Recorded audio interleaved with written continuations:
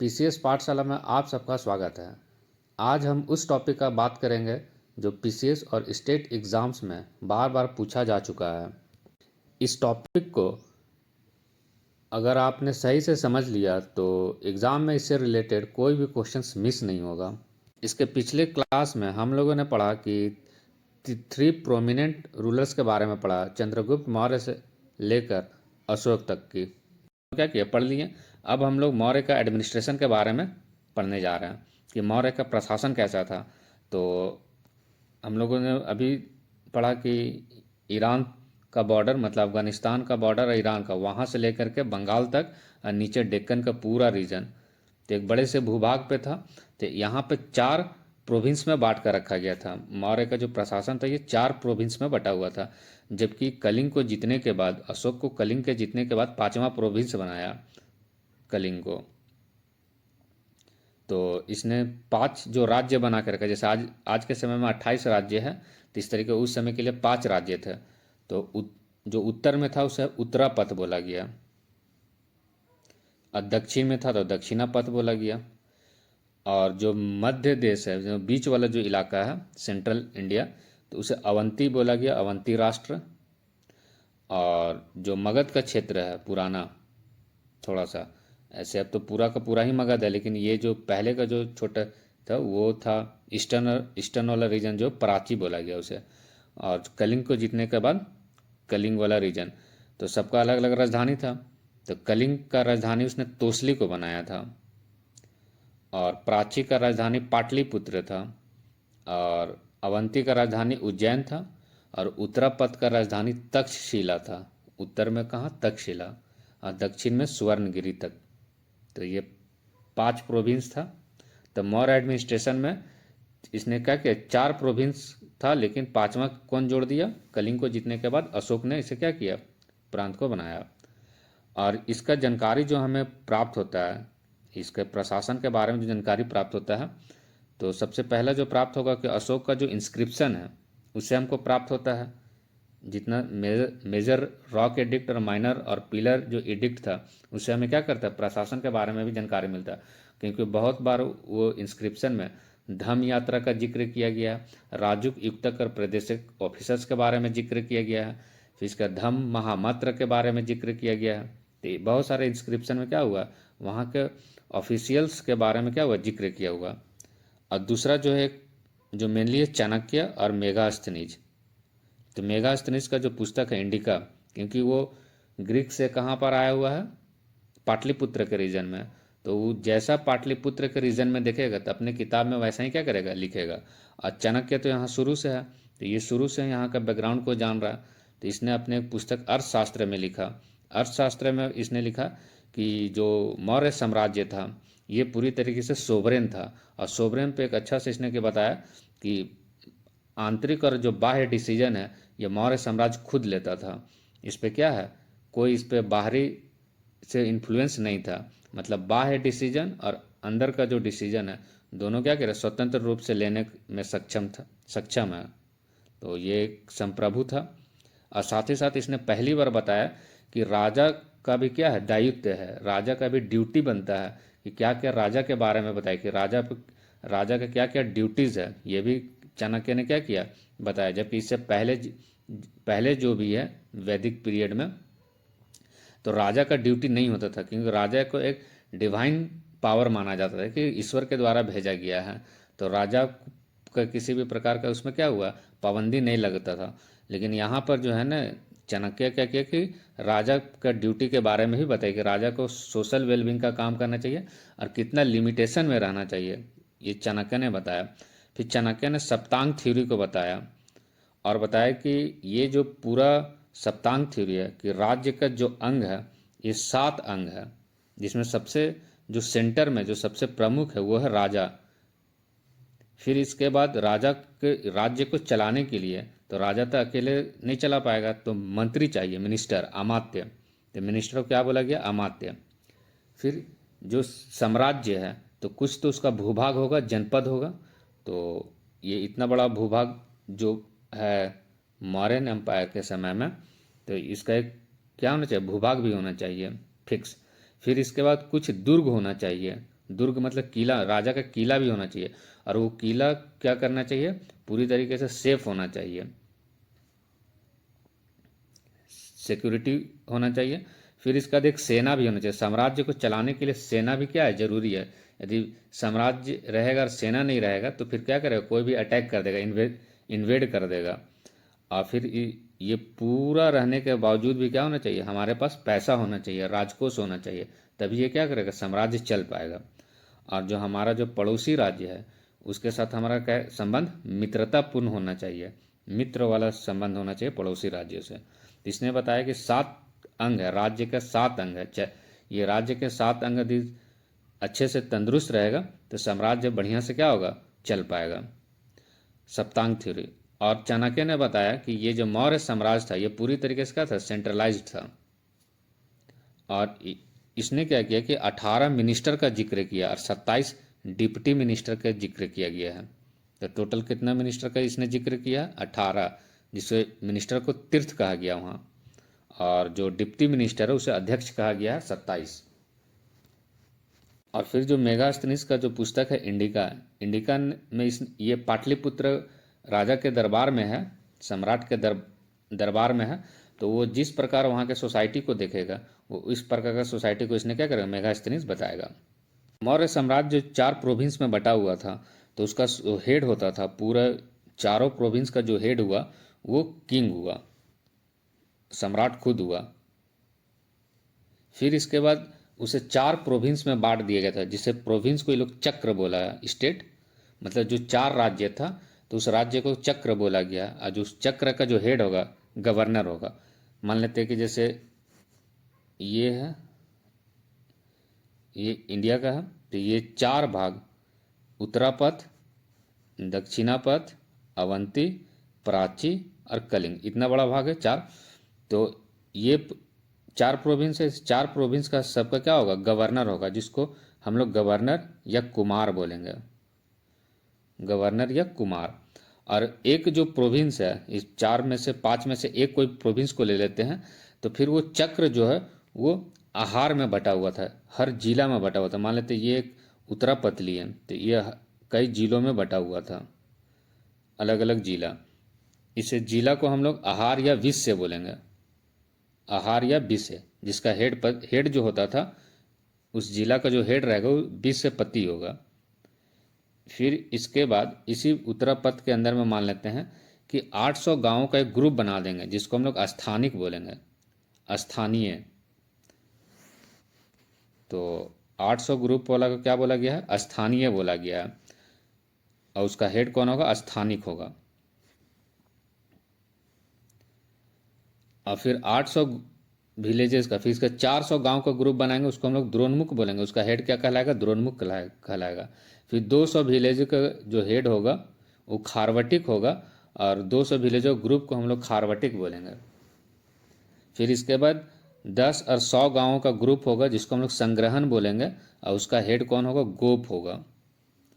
और जो सबसे छोटा जो होगा वो विलेज कहलाएगा, सबसे स्मॉलेस्ट यूनिट है, उसका हेड ग्रामिक होगा।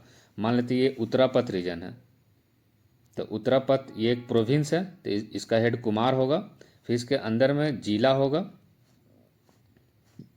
इस जिला को हम लोग आहार या विष से बोलेंगे, जिसका हेड विष से पति।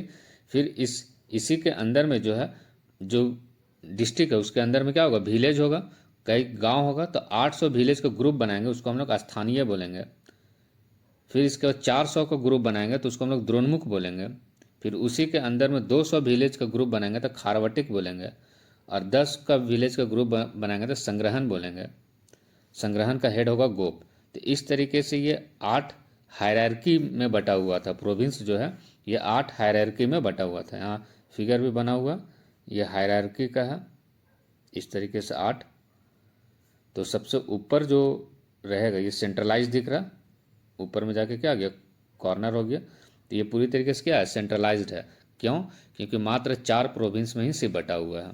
इतने बड़े भूभाग को और भी प्रोविंस में बटा रहना चाहिए, कहना था किसका, रोमिला थापड़ का।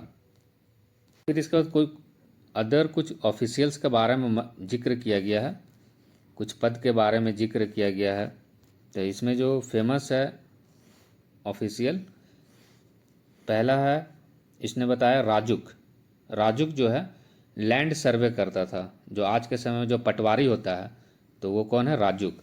फिर इसका धम्म महामात्रा, धम्म मतलब जो धर्म का जो शिक्षा था, मतलब जो नैतिकता जो मानववाद पे जो टिका था। धर्म का मतलब है हिंदू धर्म, मुस्लिम धर्म, बौद्ध धर्म, ये सब नहीं। धर्म का मत धर्म दो तरीके से इसको दो भाग में बांट सकते हैं। पहला फंडामेंटल यूनिट, फंडामेंटल यूनिट, और दूसरा जो है कर्मकांड या रिचुअल्स। तो धर्म में जो फंडामेंटल यूनिट है, जैसे जो मोरल कंडक्ट है, या फिर जो मोरल कंडक्ट है, या फिर जो मानववाद जो ह्यूमनिज्म पे है, तो वो फंडामेंटल यूनिट है। सत्य, अहिंसा, ये सब जो है ह्यूमनिज्म पे टिका हुआ, तो वो है फंडामेंटल यूनिट। जबकि रिचुअल्स में जैसे कर्मकांड वगैरह जो रहेगा वो हमारा क्या करेगा, तंत्र मंत्र, वो रिचुअल्स में कहलाएगा। तो यहाँ धम्म कहने का मतलब कि है कि फंडामेंटल यूनिट,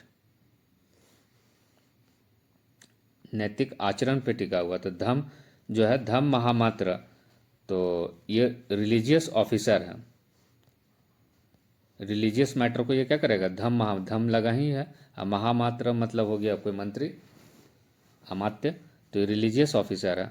फिर इसके बाद जो है राजा को एक सूचना देता है, मतलब समाज में क्या चल रहा है, तो वहाँ से इंफॉर्मेशन कलेक्ट किया, समाज क्या चाहता है, वहाँ का लोग क्या चाहते हैं, तो राजा को आके बताता था। उसको हम लोग प्रतिवेदिका बोलते हैं, प्रतिवेदिका। रिपोर्टर्स था, राजा और समाज के बीच में क्या करता था, बताता था। फिर इसके बाद जो यहाँ पे न्यायालय हुआ, सिविल कोर्ट, और एक हो गया क्रिमिनल कोर्ट। आज भी है सिविल कोर्ट और क्रिमिनल कोर्ट। तो ये सिविल कोर्ट जो है, इसका जो जज रहेगा, चीफ जस्टिस, वो व्यवहारिक कहलाएगा, इसीलिए आज भी है व्यवहार न्यायालय। और जो क्रिमिनल कोर्ट है उसे हम लोग प्रदेशता बोलेंगे, प्रदेशता। क्रिमिनल कोर्ट में कैसा मैटर देखा जाता है, जैसे किसी का मर्डर हो गया, मारपीट हो गया, तो ये किस में जाएगा, क्रिमिनल कोर्ट। और जो सिविल कोर्ट है, व्यवहार वाला चीज़, शांति प्रिय वाला चीज़, जैसे किसी का पैसा, जमीन, ये सब कहाँ जाएगा, सिविल कोर्ट में जाएगा। तो सिविल कोर्ट वाला जो चीफ जस्टिस कहलाएगा, जो ऑफिसर कहलाएगा सिविल कोर्ट का, वो व्यवहारी कहलाएगा, मतलब व्यवहार न्यायालय वाला। और क्रिमिनल कोर्ट वाला प्रदेशता। फिर इसके बाद एक और है समहारता, वो रेवेन्यू कलेक्टर, रेवेन्यू कलेक्ट करेगा। फिर इसका सन्निधाता, सन्निधाता जो है ये कोषाध्यक्ष है, तो ये रेवेन्यू कलेक्ट कर लेगा, समहारता कहाँ दे देगा, कोषा ट्रेजरी ऑफिस में दे देगा। तो उसका जो ट्रेजरी ऑफिस जो होगा, उसका जो हेड होगा, चीफ होगा, वो सन्निधाता कहलाएगा। फिर इसके बाद द्वारिका, द्वारिका कहने का मतलब जो बड़े बड़े जो पैलेस, जो महल होते थे, गेट के सामने बॉडीगार्ड खड़ा जो रहता था, सिक्योरिटी गार्ड, उसको द्वारिका बोलेंगे। आज भी द्वार में खड़ा रहता है लोग, बॉडीगार्ड। तो पैलेस गेट पे कौन सा रहेगा, द्वारिका। और फिर इसके बाद अक्षपताल, ये अकाउंटेंट जनरल होगा। जो साम्राज्य चल रहा था, जहाँ पैसा खर्च हुआ, कितना पैसा खर्च हुआ, कितना पैसा और लगाना है, ये कौन बताएगा, अक्षपताल। आज के समय में ये है CAG, controller and auditor general. तो इस प्रकार कुछ ऑफिशियल्स है जो हमें क्या करना है, याद रखना है। और भी बहुत सारा, लगभग 27 डिपार्टमेंट है, और तीर्थ बताए थे, 13 तीर्थ था। जबकि मेगास्थनीज जो है ये पाटलिपुत्र में रह रहा, तो इसने जो जो देखा है, जो देखने का इसका नज़रिया, जैसे हम लोग स्यादवाद भी पढ़े थे, सबका देखने का नज़रिया क्या है, अलग अलग है, क्योंकि नॉलेज क्या है, कंडीशनेबल है। तो जो चाणक्य जो देखा है और जो मेगास्थनीज देखा, दोनों में क्या अंतर है। तो इसने जो म्यूनसिपल एडमिनिस्ट्रेशन को बताया, ये बताया कि 6 समिति है, वही क्या करता है, म्यूनसिपल एडमिनिस्ट्रेशन को चलाता है। जैसे उद्योग संचालन और जो प्रोडक्शन होगा, एक उसके लिए क्या रहेगा, मंत्री रहेगा। फिर इसका विदेशियों को एक आंकड़ा नियुक्त करेगा, उसके लिए एक नियुक्त रहेगा कि डेटा कलेक्ट करेगा, कौन विदेशी आया, कौन गया। फिर जीवन मृत्यु का आंकड़ा, व्यापार और वाणिज्य का सर्वेक्षण करेगा, ट्रेड एंड कॉमर्स का, कितना यहाँ से प्रोडक्ट जा रहा बाहर, कितना आ रहा है। फिर इसके बाद जो भी बिक्री और खरीद है उसको ध्यान रखेगा, और फिर टैक्स वगैरह पर ध्यान रखेगा। तो ये इन चीज़ों को क्या किया गया, कहाँ देखा, ये पाटलिपुत्र में। तो इसलिए क्या है, इसने बताया कि 6 घंटे, इसलिए ऐसा भी हो सकता है कि उसने सिर्फ पाटलिपुत्र को देखा, और भी बहुत सारे जगह था, हो सकता है यहाँ पर क्या हो, ऐसा नहीं हो। तो इसने बताया कि जो नगर प्रशासन थे 6 समिति के द्वारा संचालन हो रहा था। फिर इसके बाद जो मौर्य साम्राज्य में जो जस्टिस सिस्टम था, न्याय प्रणाली जो था, ये दो टाइप का कोर्ट है, एक सिविल कोर्ट और क्रिमिनल कोर्ट आज भी। तो सिविल कोर्ट को यहाँ पे धर्म अस्थीय न्यायालय बताए, और उसका जो चीफ जस्टिस हुआ सिविल कोर्ट का, जो जज हुआ, वो व्यवहारिक हुआ, जो आज भी हम लोग व्यवहार न्यायालय बोलते हैं।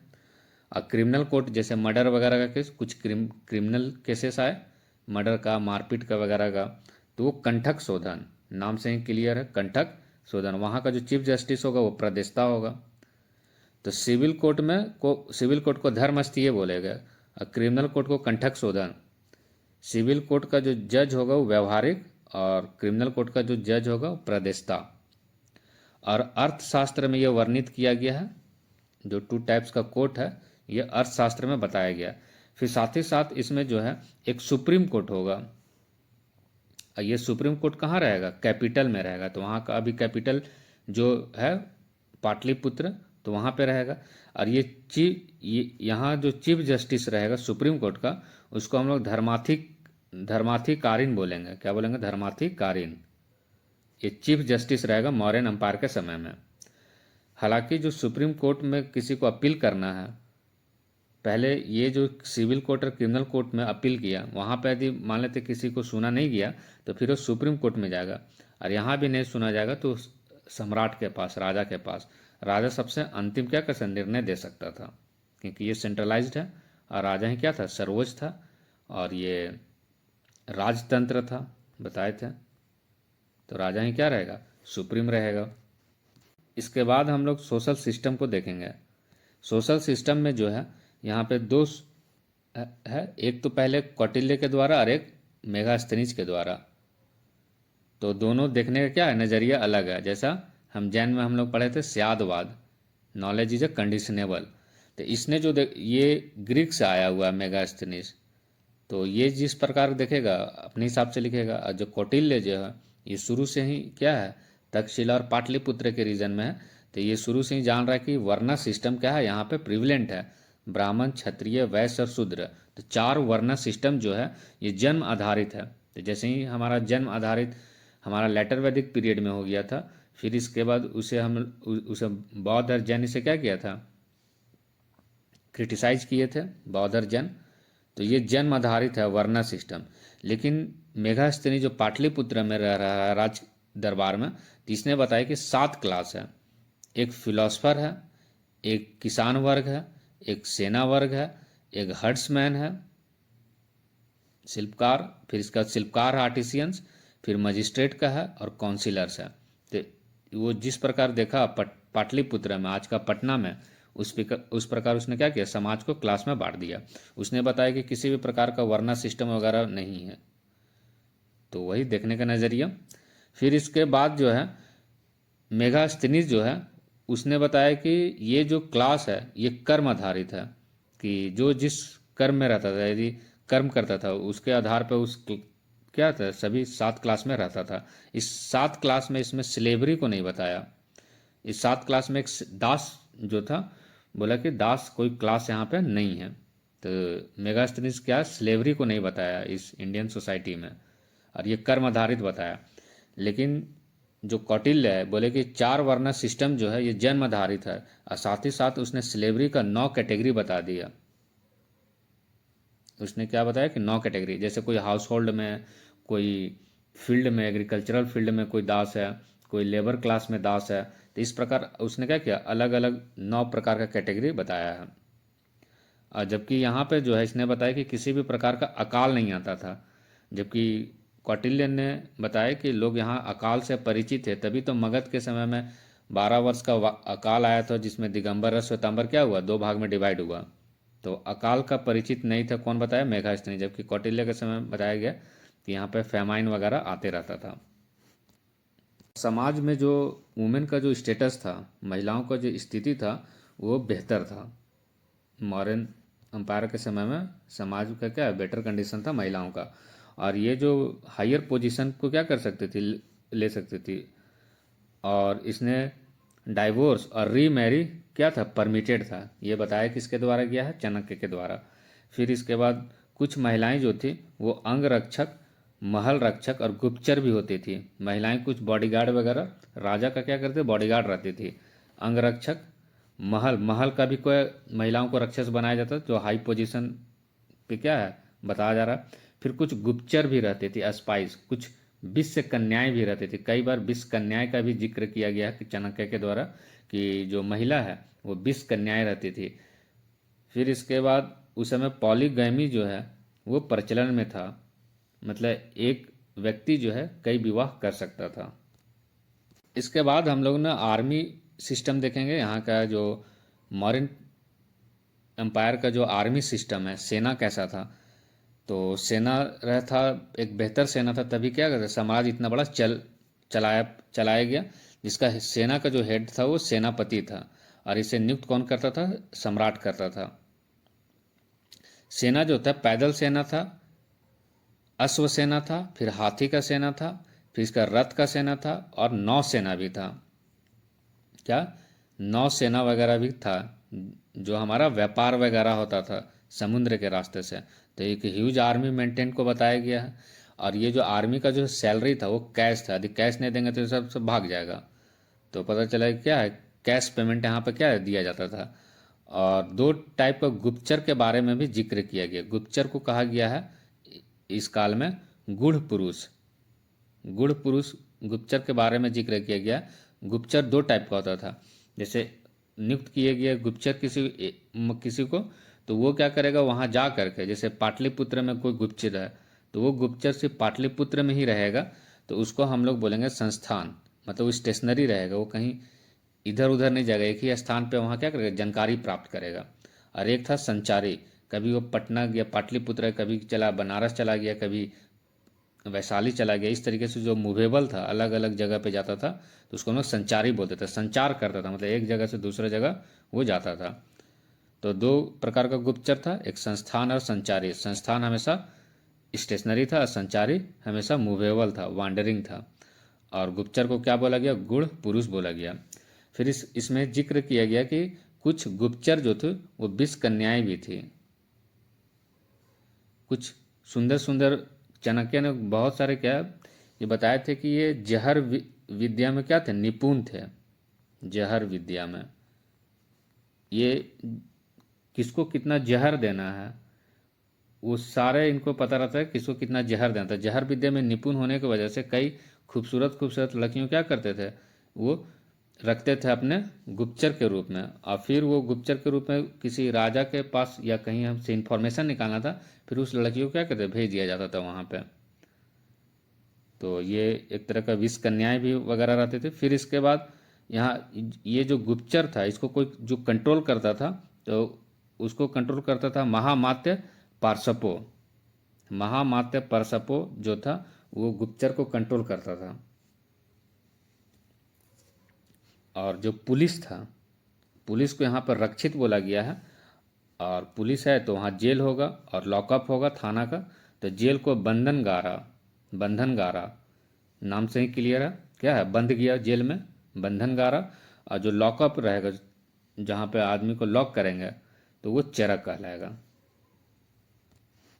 इसके बाद हम लोग देखेंगे इकोनॉमिक सिस्टम के, मॉडर्न पीरियड के समय के इकोनॉमिक सिस्टम कैसा था।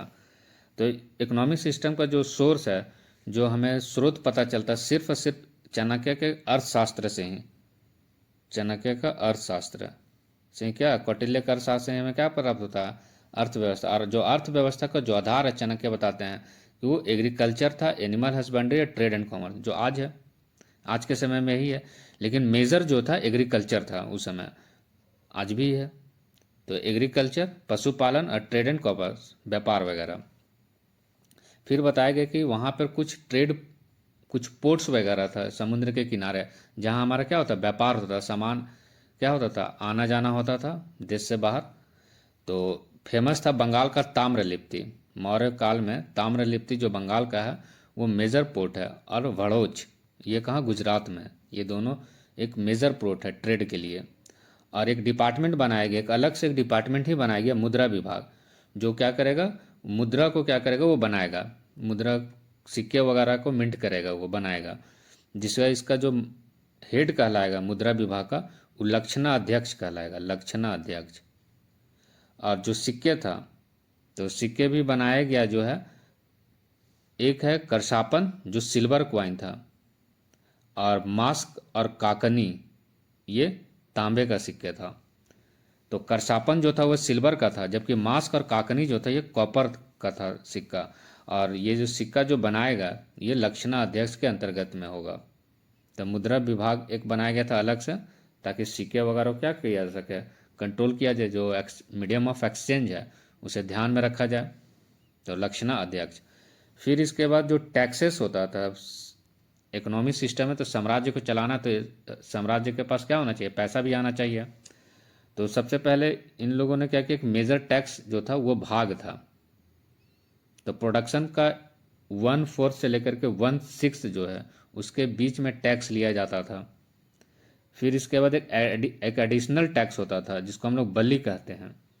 एक एडिशनल टैक्स लगाया जाता था साम्राज्य के द्वारा, जो सम्राट होता था उसे एक एडिशनल टैक्स लगाया तो उसको हम लोग बल्ली बोलेंगे, ताकि उसके पास क्या हो जाए, पैसा आ जाए।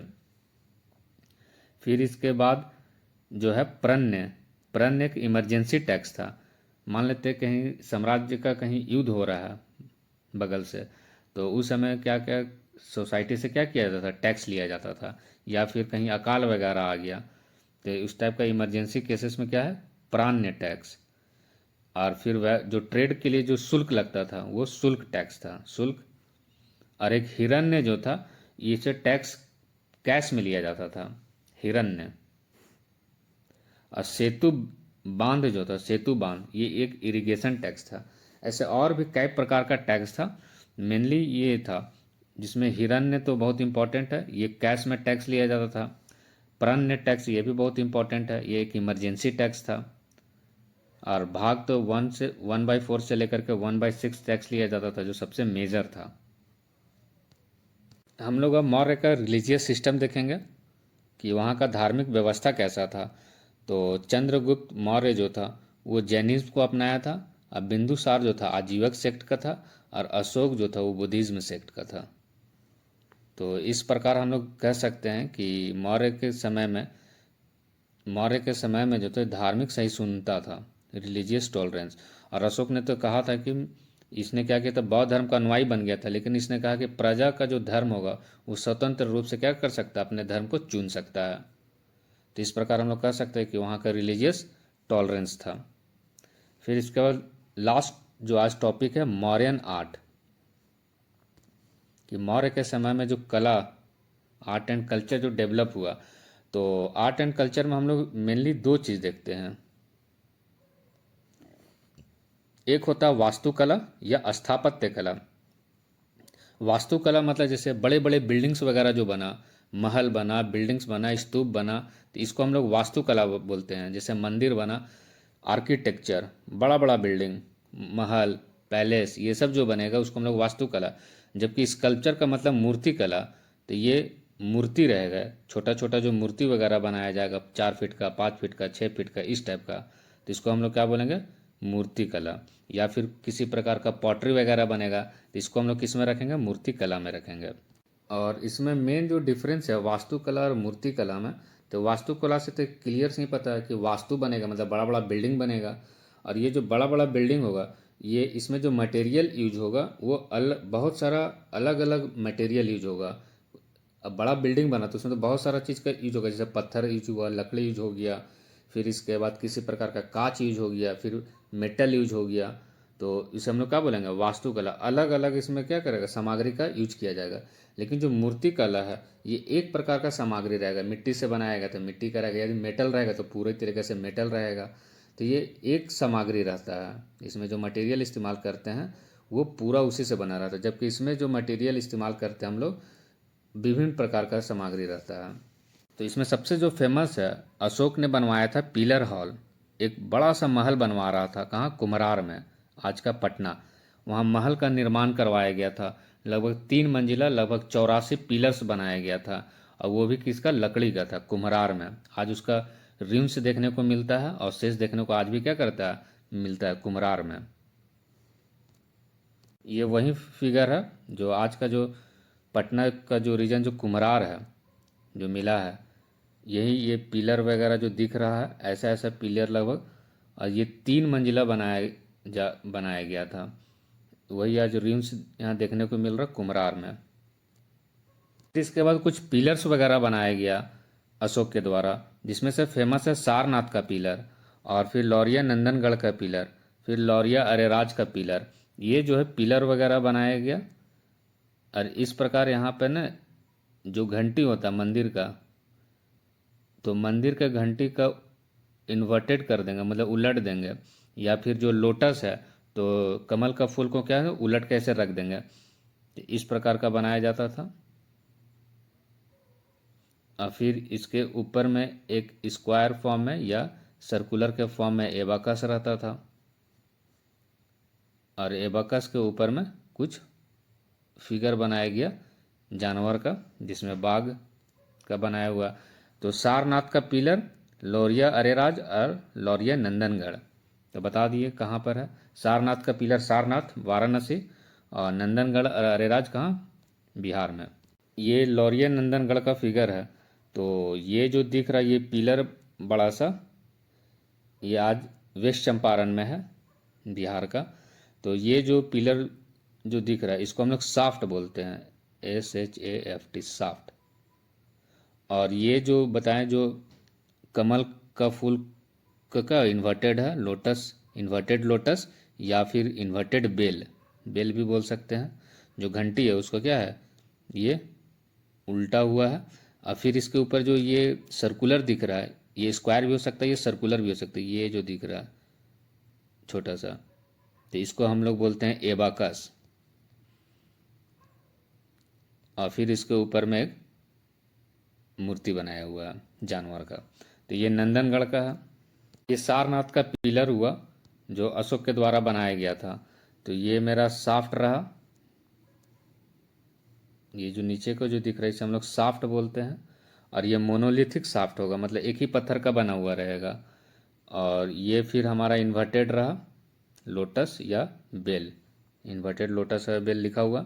और फिर ये जो चीज़ रहा ये रहा एबाकस।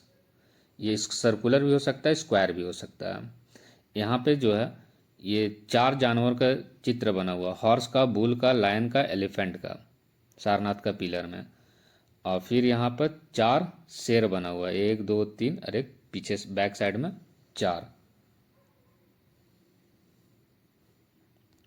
ये जो बना हुआ है सारनाथ का पिलर, ये महात्मा बुद्ध से दिखाया जा रहा है। हॉर्स दिखाया जा रहा है महात्मा बुद्ध जो गृह त्याग किए थे। बुल दिखाया जा रहा है जन्म को दिखा रहा है।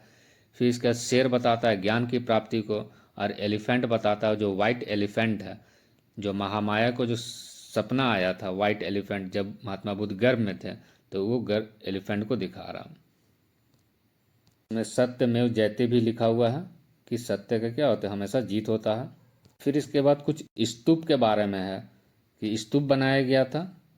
तो स्तूप में जो फेमस जो स्तूप है पिपरहवा यूपी में, वैशाली स्तूप बिहार में, जिसको अशोक ने क्या किया रिबिल्ड किया। और सबसे ओल्डेस्ट जो स्तूप माना जाता है वो पिपरहवा यूपी को माना जाता है। और फिर एक सांची का स्तूप बनाया गया। और स्तूप हम बताए थे कि पहले भी हम लोग स्तूप का स्ट्रक्चर देख चुके हैं। इस तरीके से क्या है स्तूप बनाया जाता है। इसमें 4 एंट्रेंस गेट होता है जिसको हम लोग तोरण बोलते हैं। और फिर एक अंडे लाइक स्ट्रक्चर रहेगा। फिर इसके बाद यस्ती रहेगा, यहाँ पर स्क्वायर या सर्कुलर फॉर्म हर्मिका रहेगा। और फिर ये छत्र लगा रहेगा, छतरी रहेगा। और इसके चारों ओर क्या रहेगा, घूमने के लिए एक रास्ता रहेगा जिसे हम लोग प्रदक्षिणा पथ बोलेंगे। और इस तोरण के पास में क्या रहेगा, धनुष के आकार का क्या रहेगा, हमारा डिज़ाइन रहेगा चारों गेट में। तो ये हमारा स्तूप रहा। फिर इसके बाद कुछ गुफा में बनाया गया है रहने के लिए, जिसमें एक बराबर की गुफा और नागार्जुनी का गुफा, कहाँ, जहानाबाद में। फिर इसके बाद हम लोग आते हैं स्कल्पचर में, जो हमारा मॉडर्न जो आर्ट है, जो मूर्ति कला है, जो मूर्ति वगैरह बनाया गया। तो इसमें सबसे जो फेमस मूर्ति है यक्ष और यक्षिणी का, ये कहाँ, पटना में, दीदारगंज पटना में।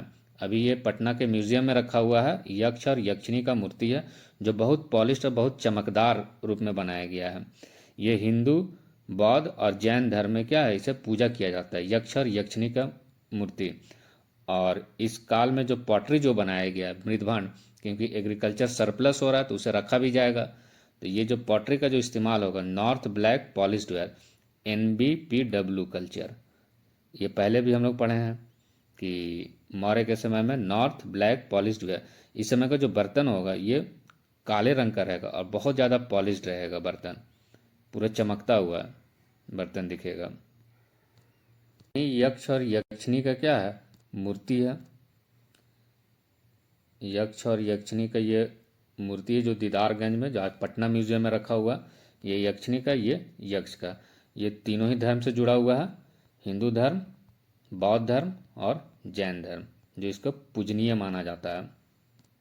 नेक्स्ट जो है हमारा नॉर्थ ब्लैक पॉलिश्ड वेयर, जो बर्तन जो बनाया गया है, यही काले रंग का जो अभी हम लोगों ने पढ़ा, ये जो बर्तन एक नमूना दिखाया गया किसका, NBPW का, ये काले रंग का पूरी तरीके से क्या है, पॉलिश्ड किया हुआ है।